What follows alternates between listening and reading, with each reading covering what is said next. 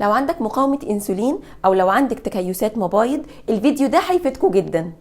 الخضار صمام امان وما يأذيش، ركز اكتر على الخضار الفريش والورقيات الخضراء، وما تكترش من البطاطس والذره والبسله عشان نشوياتهم عاليه شويه، فتعامل معاهم احسن ان هم نشويات مش خضار.